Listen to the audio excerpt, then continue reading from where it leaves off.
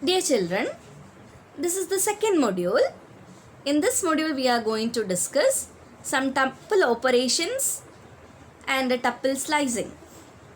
The tuple operations includes joining two tuples, replicating two tuples. As we discussed in the list, how we can join two tuples using the concatenation operators. What do you mean by concatenation operator? Plus only. Look at the example I had given. T1 having many elements, T2 also having some elements. So if I am making T3 equals T1 plus T2, what happens?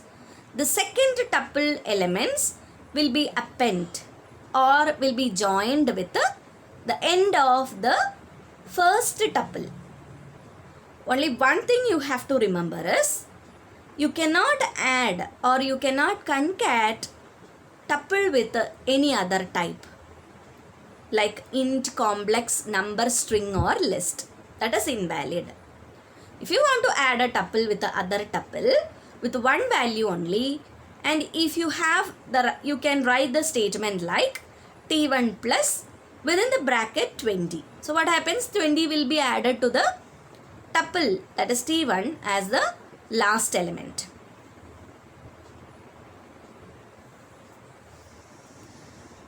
The tuple operations includes, look at the example I had given, T1 plus 50 comma. In the previous example, that is comma is not given. So it is not considered to be a tuple. If you want to make a tuple, we need to give the comma especially. Otherwise, the interpreter won't take it as a tuple value. Then we discussed about replications in the list. The list will be automatically replicated while we are using asterisk symbol. Look at the example, do comma it. It will be replicated 3 times, T1 into 3. So what happens? Do comma it. Again do comma it. The last one will be do comma it. 3 times the tuple value will be replicated. Then the next one is slicing a tuple. Slicing also we discussed in list and string. What are the arguments we are having? Start, end and step.